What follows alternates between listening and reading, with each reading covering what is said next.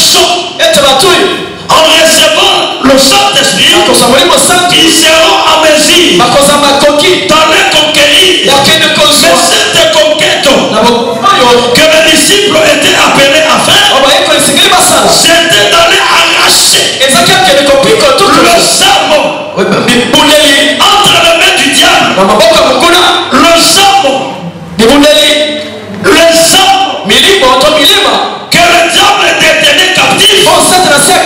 Et c'est la mission que les disciples en avaient. Jésus, ces filles, ils ont eu la prise de conscience. Combien de personnes ont la prise de conscience de leur situation? Ils sont là en train de murmurer, en train de gémir, en train de parler n'importe où. Ils n'ont pas la conscience et rentrer auprès de leur Dieu, le Dieu qui les a créés. Moi je me dis, quand la situation te dépasse, la situation devient très compliquée, le son n'arrive plus à répondre à tes questions. C'est que Dieu t'appelle à prendre la conscience, à rentrer auprès de celui qui t'a créé. Celui qui t'a créé, il te connaît mieux.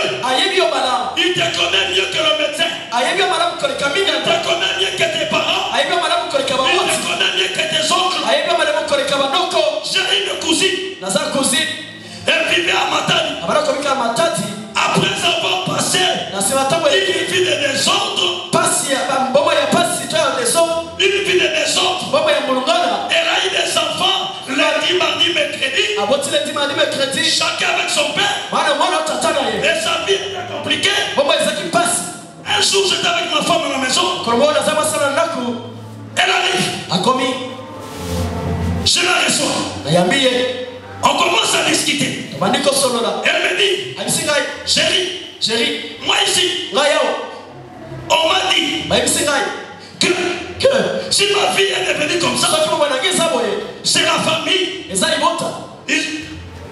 On m'a encore ajouté que mes mains sont trouées. J'ai dit, montre. Elle montre les mains. Je dis, mais apparemment c'est pas troué. Mais spirituellement c'est troué. Tout ce que je détiens, tout ce que je touche, apparemment ça tombe. Elle a commencé à rencontrer des choses. On m'a dit que c'est la famille. On m'a dit que c'est elle. J'ai dit c'est bien. Mais la personne qui t'a dit, quel est le remède? Quelle est la solution qui t'a donné pour que tes mains soient collées? Alléluia. Oh, alléluia. Quel est le remède? Non. Imagine te demander de venir vous voir. J'ai dit qui? Vous, la famille. Moi, oui, les tantes et les oncles. Parce que mes mains sont trouées. Je l'ai dit. Cet homme t'a dit comme ça. C'est juste Dieu veut faire un déclic dans ton esprit pour que tu prennes conscience en passant par la repentance. Parce que tu t'es mal conduit. Tu avais une vie de désordre. Dieu veut que tu prennes conscience et que tu rentres à lui. Si tu peux rentrer auprès de lui, moi je crois le Dieu qui a laissé ces choses trouver tes mains. Il est capable de reconnaître tes mains. Si ces gens ont récupéré ta finance, ils ont récupéré tes finances. Moi je crois à Dieu. Si tu rentres auprès de lui, Dieu est capable de te restaurer. Je ne sais pas si c'est Dieu ou quelqu'un vient auprès de lui, il se répand, il se convertit et c'est Dieu. Laisse la personne à l'état initial. Moi je crois à un Dieu de miracle, à un Dieu de tout à coup. Il est capable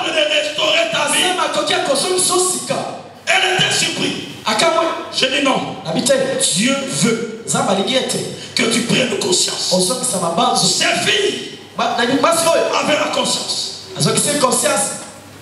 Mais au-delà d'avoir la conscience, bien aimé, elles étaient courageuses. Elles étaient courageuses. Beaucoup de gens ont laissé passer l'héritage parce qu'ils n'étaient pas courageux. Dieu a besoin des hommes et des femmes courageux.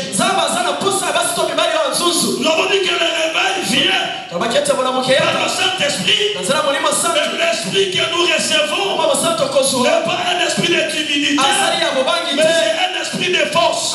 Je dis à quelqu'un que le Saint-Esprit répand l'esprit de la force en toi. Il te donne du courage d'affronter le défi, d'affronter des situations. Fini le temps de pleurer, fini le temps de pleurnicher, fini le temps de gémir. Le temps est arrivé. Il doit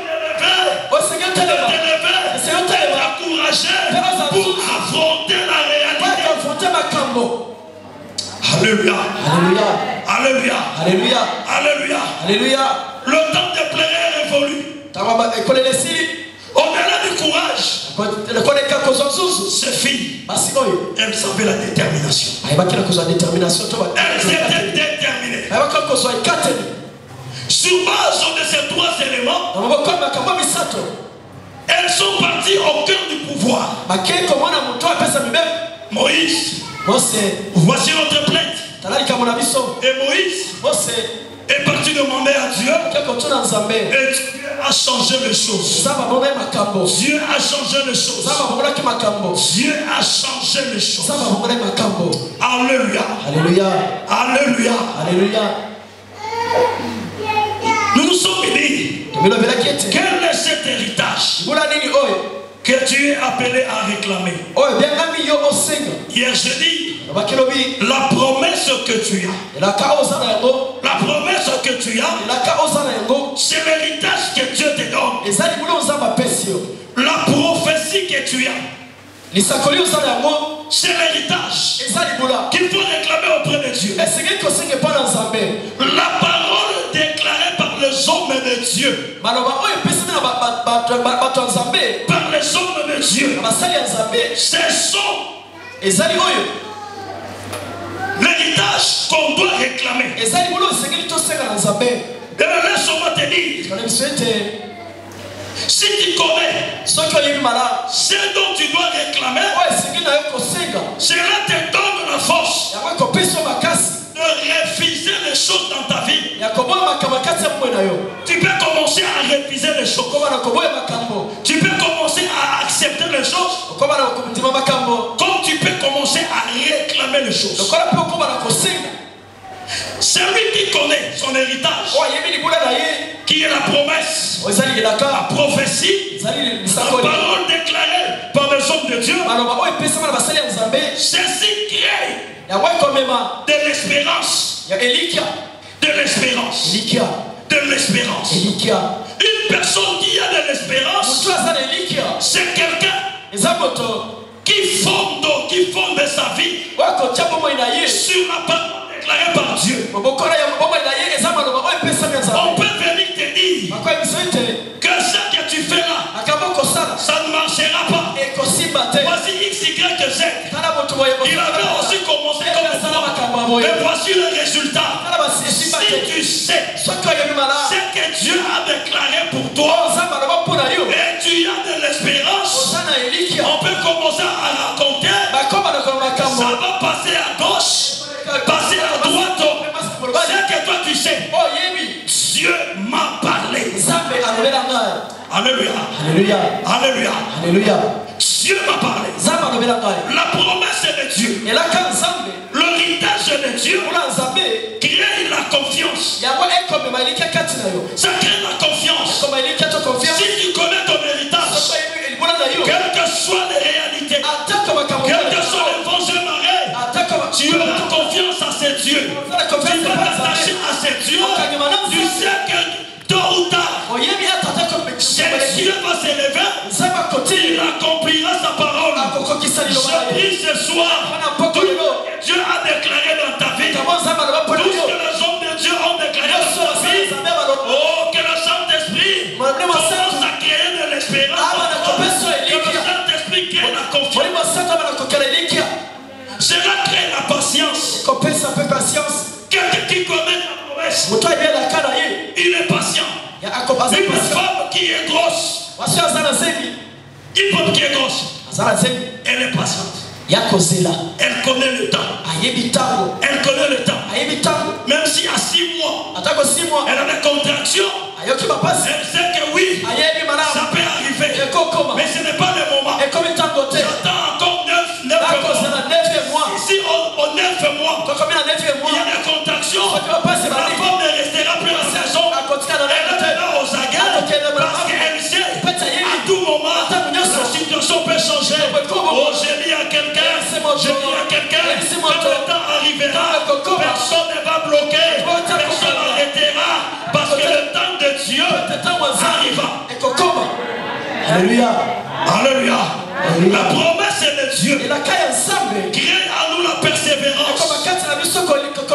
Quand quelqu'un connaît que le temps de Dieu va arriver, que Dieu va accomplir, la personne veut persévérer. Vous voyez la personne le matin, il est à 12h, il est à 17h, il est à minuit.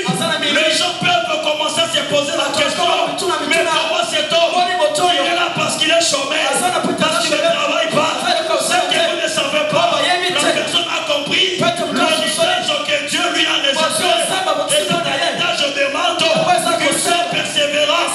Je dis aux gens qui sont persévérants, les gens peuvent se moquer de vous, les gens peuvent vous humilier, les gens peuvent vous rabaisser. Le sauveur se dit, Dieu finit par payer les gens qui sont persévérants. Je dis à quelqu'un, tu es en train de pleurer, en train de souffrir, tu manques quoi manger, tu manques quoi t'habiller, tu manques là où dormir. Le sauveur payera ta persévérance. Oh, j'ai pris le Dieu de Sébac, le Dieu qui paye mieux que quiconque, que c'est Dieu, que c'est Dieu rencontre tes attentes, rencontre tes plaintes, et c'est Dieu qui commence à te payer. Oh, j'ai dit à quelqu'un que Dieu te paye. J'ai dit à quelqu'un que Dieu te paye. Il paye mieux que quiconque. Il paye mieux que quiconque. Il paye mieux que la robe. Il paye mieux que la snelle. Il paye mieux que la régine. Si Dieu se décide, je t'ai payé. Je t'ai payé tes sacrifices. Je t'ai payé ta persévérance. Je t'ai payé ta confiance. Je t'ai payé le premier. Il te paye le 2. Le 5. Il te paye le 10.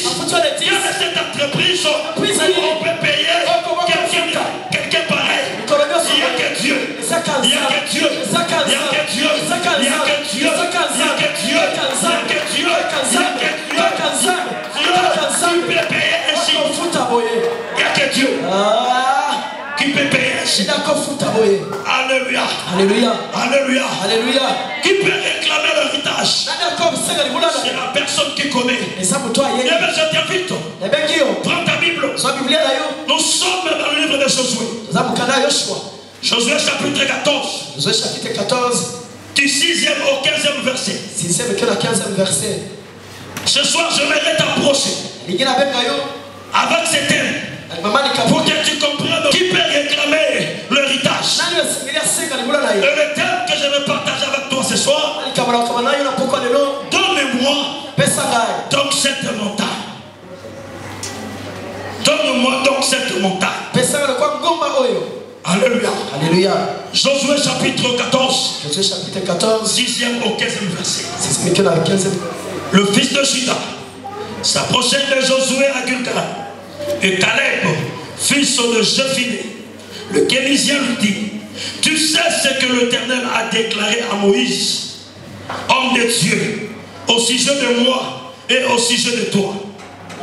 À Kadesh Barnéa, j'étais âgé de 40 ans lorsque Moïse, serviteur de l'Éternel, m'envoya à Kadesh Barnéa pour explorer le pays. Et je lui fis un rapport avec droiture de cœur. Mes frères qui étaient montés avec moi découragèrent le peuple. Mais moi, j'ai suivi pleinement la voie de l'Éternel mon Dieu. Et ce jour-là, Moïse jura en disant, le pays que ton pied a foulé sera ton héritage à perpétuité. Pour toi et pour tes enfants, parce que tu as pleinement suivi la voie de l'Éternel mon Dieu. Maintenant, voici, l'Éternel m'a fait vivre. Oh, l'Éternel te fera vivre. Oh, j'ai dit à quelqu'un, l'Éternel te fera vivre. Quand les gens vont se réunir, quand les gens vont faire la coalition pour détruire ta vie, la vie de tes enfants, l'Éternel te fera vivre.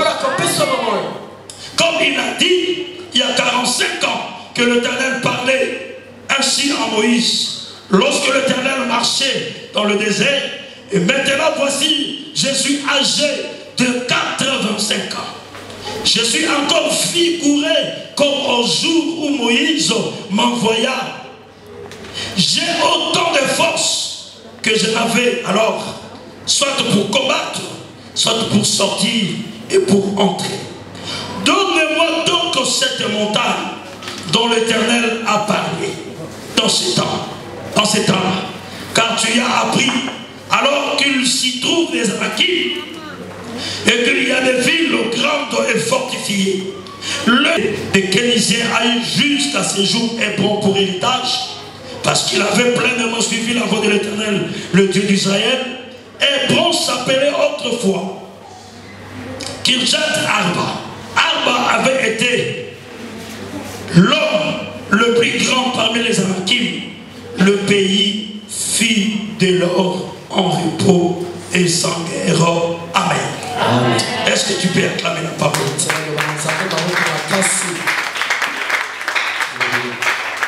Ce récit nous parle d'un homme qui est en train de réclamer l'héritage. Il réclame l'héritage. Mais quand cet homme a pu arriver à réclamer l'héritage, nous avons dit, celui qui peut réclamer l'héritage, c'est la personne qui connaît l'héritage.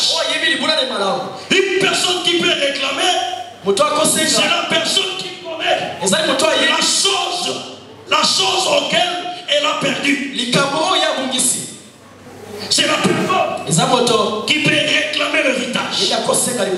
Ici, on nous parle de Caleb. La montagne ici n'est pas un obstacle, n'est pas un défi, mais la montagne ici, c'est l'héritage, c'est la promesse que Dieu a donnée. Nous savons que Dieu avait donné Cana comme héritage aux enfants d'Israël. Après la conquête, il arriva un temps où Josué devait partager l'héritage. Il commence à partager l'héritage. Mais un homme arrive, il s'appelle Caleb. Caleb avance à côté de Josué. Josué était comme un ami pour lui, de la même génération. Mais au moment où Josué avait pris la relève à la place de Moïse, Caleb ne se comportait pas en ennemi contre Josué. Il était soumis à Josué parce que Dieu lui avait donné une mission. Dieu lui avait donné un mandat. Il s'approche vers Josué. Il dit à Josué, souviens-toi,